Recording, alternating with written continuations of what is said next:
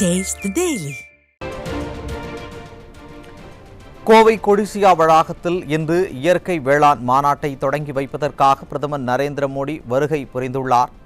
கோவை விமான நிலையத்தில் இருந்து கொடிசியா அரங்கத்திற்கு கார் மூலம் செல்லும் பிரதமருக்கு அதிமுக, பாஜக தொண்டர்கள் மற்றும் பொதுமக்கள் உற்சாக வரவேற்பு அளித்து வருகின்றனர். அந்த காட்சிகளை நாம் நேரலையில் பார்த்து வருகிறோம்.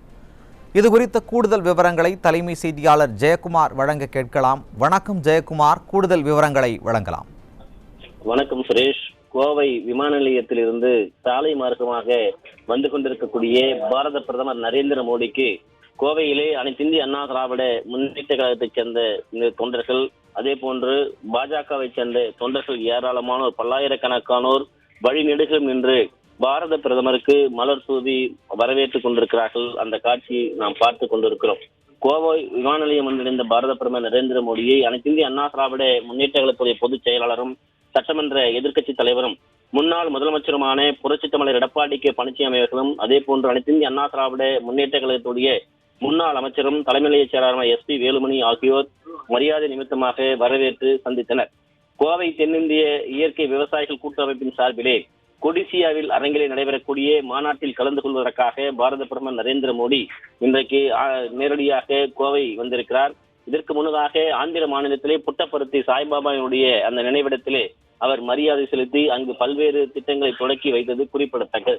பாரத பிரதமர் நரேந்திர மோடி கோவை விமான நிலையத்திற்கு வந்தபோது அனைத்து இந்திய அண்ணா திராவிட முன்னேற்ற கழகத்துடைய பொதுச் செயலாளர் புரட்சித் தமிழர் எடப்பாடி கே பழனிசாமி அவர்களும், அனைத்து இந்திய அண்ணா திராவிட முன்னேற்ற கழகத்துடைய முன்னாள் அமைச்சர் தலைமை நிலைய செயலாளர் எஸ் பி வேலுமணி அவர்களும் மலர்கொத்து கொடுத்து மரியாதை நிமித்தமாக அவரை வரவேற்றார்கள். அதே போன்று பொன்னாடை போர்த்தி வரவேற்றது குறிப்பிடத்தக்கது.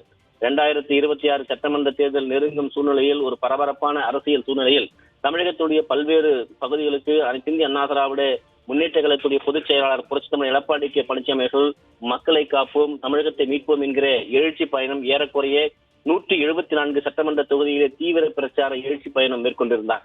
இந்த நிலையில் பாரதிய ஜனதா கட்சியினுடைய பல்வேறு நிர்வாகிகளும், அதற்கு அந்தந்த பகுதியிலே இருக்கக்கூடிய நிர்வாகிகளும் நேரடியாக வந்து அதிமுக பொதுச் செயலாளருக்கு வாழ்த்து தெரிவித்து அந்தந்த பகுதியிலே பேசியிருந்தார்கள்.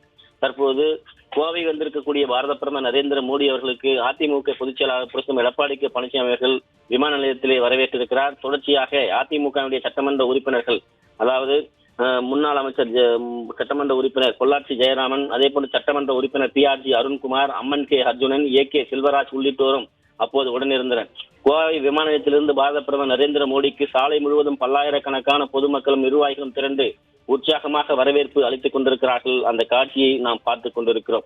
கோவையில் தென்னிந்திய இயற்கை விவசாயிகள் கூட்டமைப்பின் சார்பிலே கொடிசியா அரங்கில் நடைபெறக்கூடிய அந்த மாநாட்டிலே பாரத பிரதமர் நரேந்திர மோடி அவர்கள் கலந்து கொண்டு பல்வேறு நிகழ்ச்சி அந்த நிகழ்ச்சியிலே பேசவிருக்கிறார். அதே நேரத்தில் கோவை கொடிசியா வளாகத்திலே இயற்கை வேளாண் மாநாட்டை தொடங்கி வைக்கக்கூடிய பாரத பிரதமர் நரேந்திர மோடி கிசான் திட்டத்திலே விவசாயிகளுக்கு 21வது தவணை நிதியான 18,000 கோடி ரூபாயை வங்கி கணக்கில் இன்றைக்கு அவர் விடுவிக்க இருக்கிறார். தமிழ்நாட்டில் மட்டும் 21,80,204 விவசாயிகளுக்கு இந்த திட்டத்தின் மூலமாக பயனடைய இருக்கிறார்கள் என்பது குறிப்பிடத்தக்கது. இயற்கை விவசாயத்துடைய சாதனையை புரிந்து வெற்றி பெற்ற விவசாயிகளையும் பிரதமர் நரேந்திர மோடி அவர்கள் கௌரவிக்க வைக்கிறார். இதற்கு முன்னதாக ஆந்திர பிரதேசத்தில் இருக்கக்கூடிய புட்டபர்த்தியில் இருக்கக்கூடிய சாய்பாபாவினுடைய அந்த நினைவிடத்திலே பாரத பிரதமர் நரேந்திர மோடி வழிபாடு செய்தார். அதே போன்று மரியாதை செய்தார். பகவான் ஸ்ரீ சத்ய சாய்பாபாவினுடைய பிரசாந்தி நிலையத்தில் இருக்கக்கூடிய அவருடைய நினைவிடத்தில் மலர் அஞ்சலியும் செலுத்தினார். ஆந்திர மாநிலம் புட்டபர்த்தி சாய்பாபாவில் தொடர்ந்து அங்கே பல்வேறு நிகழ்ச்சிகள் நடைபெற்றது. சாய்பாபாவுடைய 100ஆண்டு விழா கொண்டாட்டங்கள் இன்று தொடங்கி இருக்கிறது. நவம்பர் 23 வரை பிரம்மாண்டமாக நடைபெறவிருக்கக்கூடிய இந்த கொண்டாட்டங்களில் இன்றைக்கு பிரதமர் நரேந்திர மோடி அவர்கள் புட்டபர்த்திக்கு வருகின்ற போது சத்ய சாய்பாபாவுடைய 100ஆண்டு விழாவை ஒட்டி, அதாவது 100 நாணயத்தையும் தபால் தலையையும் பாரத பிரதமர் நரேந்திர மோடி அவர்கள் வெளியிட்டார். இந்த நாணயங்களுடைய விரைவில் ஆன்லைன் மூலமாக விற்பனைக்கு வரவிருக்கிறது. புட்டபர்த்தி விமான நிலையத்தில் வந்திறங்கிய பாரத பிரதமர் நரேந்திர மோடிக்கு ஆளுநர் அப்துல் நசீர், முதலமைச்சர் சந்திரபாபு நாயுடு, துணை முதலமைச்சர் பவன் கல்யாண் உள்ளிட்டோர் வரவேற்றார்கள். அதே போல விமான நிலையத்திலிருந்து பெறப்பட்ட பாரத பிரதமர் சிறிது நேரத்தில் சாய்பாபாவினுடைய அந்த மகா சமாதிக்கு சென்றடைந்தார். அங்கு சாய்பாபாவுடைய நினைவிடத்திலே மரியாதை செலுத்தினார். தொடர்ந்து ஹில்வியூ மைதானத்தில் நடைபெறக்கூடிய 100ஆண்டு விழாவில் பங்கேற்ற பாரத பிரதமர் நரேந்திர மோடி சத்யபாபாவுடைய வாழ்க்கை மற்றும் போதனைகளை நினைவு கூர்ந்து சிறப்புரை ஆற்றினார். சத்ய சாய்பாபாவுடைய 100ஆண்டு விழா கொண்டாட்டங்கள் புட்டபர்த்தியில் மிகப்பெரிய அளவிலே விழா கோலம் உண்டது. அந்த நிகழ்ச்சி நிரலை முடித்துக் கொண்டு பாரத பிரதமர் நரேந்திர மோடி அவர்கள் இன்றைக்கு கோவை வந்திருக்கிறார். கோவை வந்த அவருக்கு உற்சாகமான வரவேற்பினை இன்றைக்கு வழங்கி கொண்டிருக்கிறார்கள். அந்த காட்சிகளை நாம் பார்த்து கொண்டிருக்கிறோம். சாலை முழுவதும் இருக்கக்கூடிய தொண்டர்களையும் நிர்வாகிகளையும் பார்த்து கையெழுத்தபடியே பாரத பிரதமர் நரேந்திர மோடியினுடைய வாகனம் சென்று கொண்டிருக்கிறது. சாலை முழுவதும் இரண்டு புறங்களிலும் பல்லாயிரக்கணக்கான மக்கள் உற்சாகமான ஒரு வரவேற்பினை பாரத பிரதமர் நரேந்திர மோடிக்கு வழங்கி கொண்டிருக்கிறார்கள்.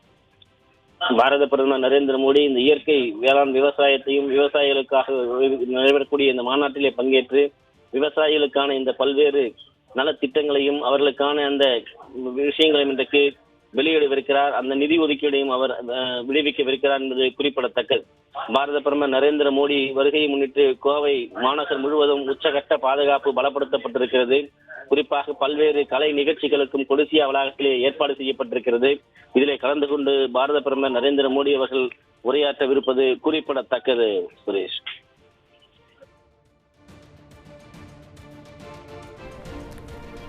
விரிவான தகவல்களை வழங்கியமைக்கு நன்றி ஜெயக்குமார்.